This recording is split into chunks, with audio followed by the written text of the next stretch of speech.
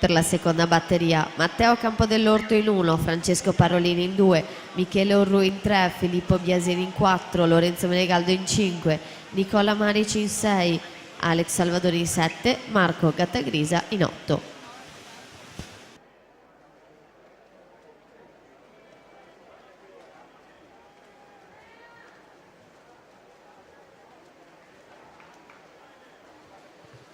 Ammesse alla finale junior Anna Marcotti, Matilde Modolo, Vittoria Urbanetto, Laura Franchin, Rachele Bonora, Giorgia De Pieri, Giovanna Minto, Laura Mion. Ultimo tempo 60 e 25.